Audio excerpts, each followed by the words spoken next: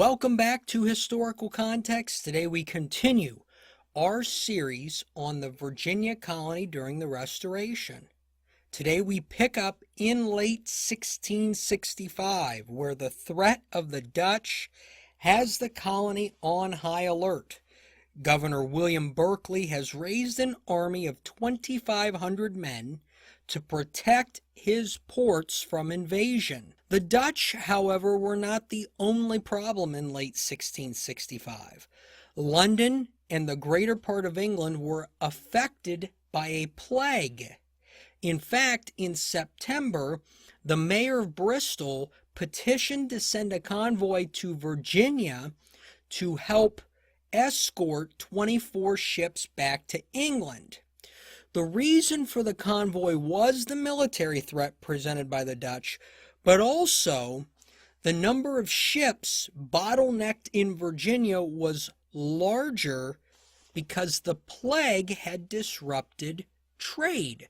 So the plague had, set aside some healthy men, probably killed a lot of people, and as a result, it was harder, that combined with this war, to do trade between Virginia and England. In January of 1666, Governor Berkeley petitions the king not to impose any additional trade restrictions on the colony. So again, they're really feeling the pain right now. This is a lot different colony than it was during the Commonwealth. Berkeley points to customs fraud occurring within the tobacco trade and is concerned things could get worse.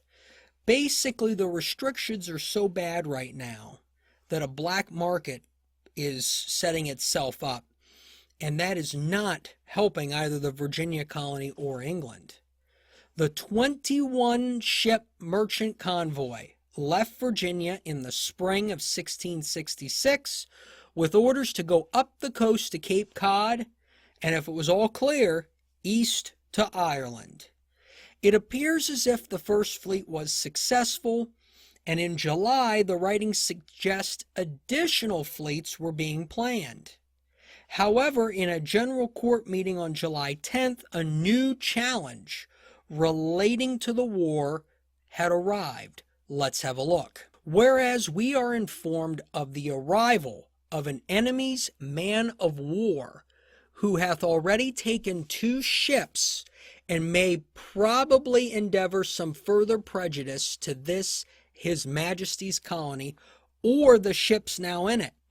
It is therefore ordered that those 20 men who are now employed about the fort be armed, and Major Powell to command them till further ordered.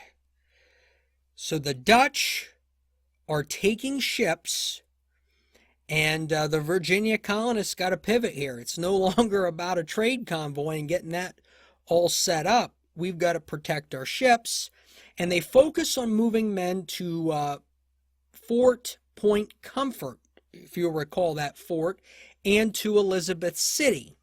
The Virginia colonists were at war with the Dutch, but that was not all. This is from the same meeting. Let's have a look. Whereas the inhabitants of His Majesty's colonies have several times in these 4 years last past been barbarously murdered by the Indians, and contrary to several articles of peace concluded on between us and them, and whereas we have frequently demanded satisfaction from them for their several breaches of the said peace, but hitherto without such effect as we might in justice expect, it is therefore ordered for revenge of the former and for the prevention of future mischiefs, that the towns of Monzation, Nansemond, and Port Tobacco, with the whole nation of the Dogs and Potomacs, be forthwith prosecuted with war to their utter destruction, if possible, and that their women and children and their goods, or as much of it as shall be taken, to be disposed of according to such instructions as shall be issued from the right honorable the governor. So now we're going to declare war on the Potomac and the Doegs while fighting the Dutch too. We will see if Virginia spreads itself too thin here. The colony had been ordered by the English to build a fort at a specific location. But 1 week after the General Court made these decisions, William Berkeley wrote back to England questioning the location of the proposed fort and the use of resources. Berkeley goes on to note that he does not want to, nor does he plan to disobey orders, but gives a commitment to better inform England of the condition of the colony as to better help future plans. Berkeley has another request. Let's have a look at his writing. This makes me on my knees humbly to implore His Majesty that when the next fleet comes, a frigate may come along with them to guard those that the winds and storms separate when they approach the harbor, and we doubt not but the merchants will join with us in this petition and contribute something to the charge of it, it being so necessary for the king and people. They want more security. Berkeley informs the Crown that the production of silk and hemp is off to a good start. And, England's been pushing for this for more than 40 years. And a gift of 300 pounds silk would be sent to the king. Berkeley adds that no tobacco was planted in the spring of 1666 due to quantities so great and prices so low. Berkeley adds that the colony has 3 years worth of tobacco in inventory. Now you have to wonder if the war with the Dutch crippled the tobacco trade further. I mean, now they've got 3 years worth of inventory. It didn't seem like they had that prior to the war. And with that war happening, the black market trade is going to go down substantially. So now you got to think, okay, how bad is this really going to get? I mean, they're not planting tobacco right now. It's easier on them financially to plant nothing. That's tough. In the fall of 1666, Thomas Ludwell wrote a description of the Virginia colony which was needed for the English government. And this is a little bit of where the disconnect seems to be starting. We mentioned earlier about how England wanted a fort in this location, but it didn't make any sense for the colonists to put it there. So Thomas Ludwell is writing a description out to England in the hopes of helping better inform them. In the description, Ludwell gives a brief history and then notes that the colony is lacking of clergy. While the colony aligns with the Church of England, the presence of churches is lacking. And that would make sense considering during the Commonwealth years and the English Civil War, there really wasn't a push for churches and clergy in Virginia. We're in 1666 right now. It's probably been 25 years since attention has been able to be put towards those types of resources. Ludwell describes the colony as divided into 19 counties and subdivided into over 100 parishes. He describes the civil affairs of the colony from how laws are created to utilizing the governor and his council to the presence of an orphans' court. In the fall of 1666, the Virginia colony appoints commissioners to meet with Maryland and the new colony of Carolina to discuss controlling the tobacco plants. So Carolina is a new colony. We will be talking about them in a future series. They popped up during the Restoration. And now Virginia is working as one party of 3 to try to control that. The House of Burgesses authorized the commissioners in October and the governor appointed them in November. The House of Burgesses also presented the problem of members of the military not showing up for duty. So they passed a law fining 100 pounds tobacco for refusing their duties. The House also ordered that at least one public weaver would be set up in each county to deal with the continued scarcity of clothing. The burgesses requested that this process of weavers be done in 2 years. The assembly also freed a slave by the name of Manuel, who was purchased by Thomas Bushrod.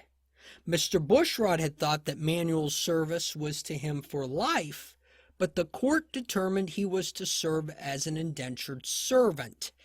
So we're still seeing cases where indentured servants and African slaves are being treated differently, and we're also seeing cases where they're being treated the same. In William Berkeley's letters, the fate of the colony was hanging in the balance. Let's have a look. But all our commerce have their dependence on the assurance of that our formal results receive no interruption by the alteration of our opinion, and it's the voice of all that a cessation will make some few merchants venture their goods to us in these dangerous times, which otherwise they will keep by them. And then in what a miserable condition will these poor colonies be? For however we are at greater distance from danger, we shall be the first that for want of necessaries shall feel the pressures of a terrible war.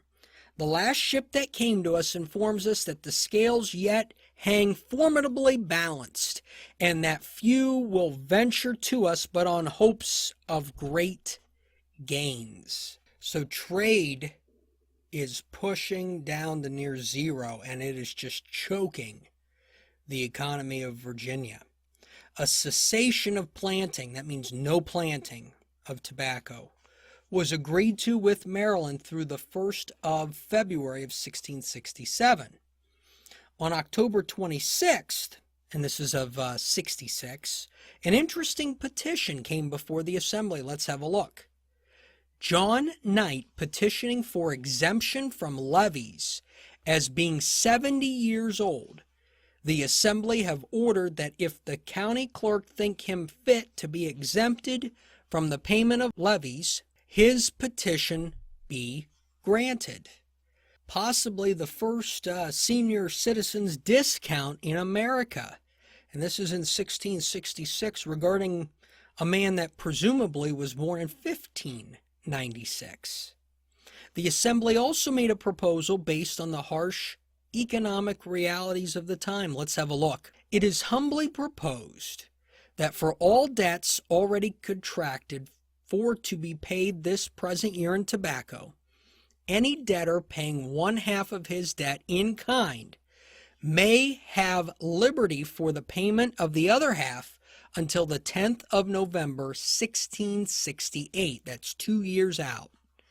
Giving reasonable security, if required, for the remaining at the time aforesaid, and in case the creditors will not stay that time, but prosecute his debtor for this payment to be made sooner, it shall be in the liberty and choice of the debtor to make tender of his estate before the next justice of the peace to legal valuation for payment of the said second money, provided that if the debt be under the quantity of 2 hogsheads of tobacco, it shall not be lawful for the debtor to prejudice the creditor by breaking a hogshead of tobacco and paying a parcel thereof. Now, I'm reading that as a forbearance of larger debts.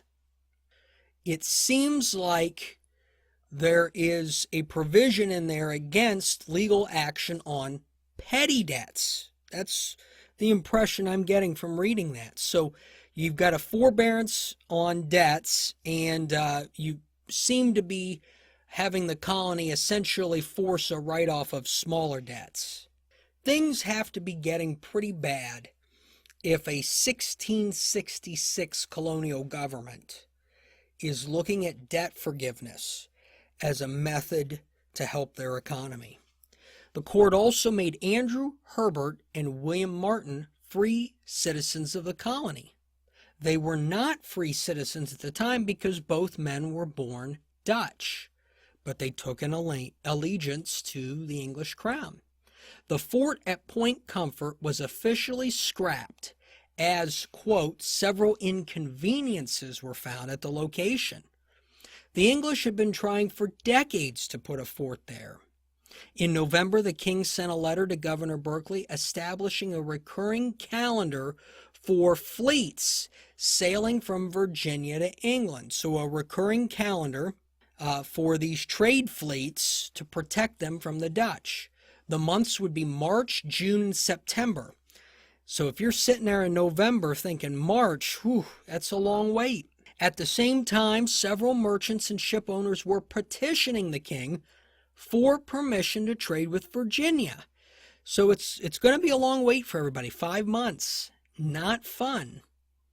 Another Scottish merchant petitioned to the king in December to also conduct trade, and Berkeley ends up petitioning on this man's behalf.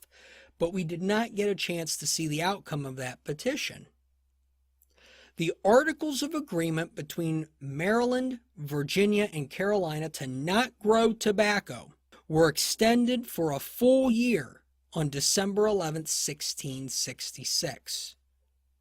The war with the Dutch has placed a heavy economic burden on the colony, but more problems are going to amass when the Dutch attack, and that'll be next time on Historical Context.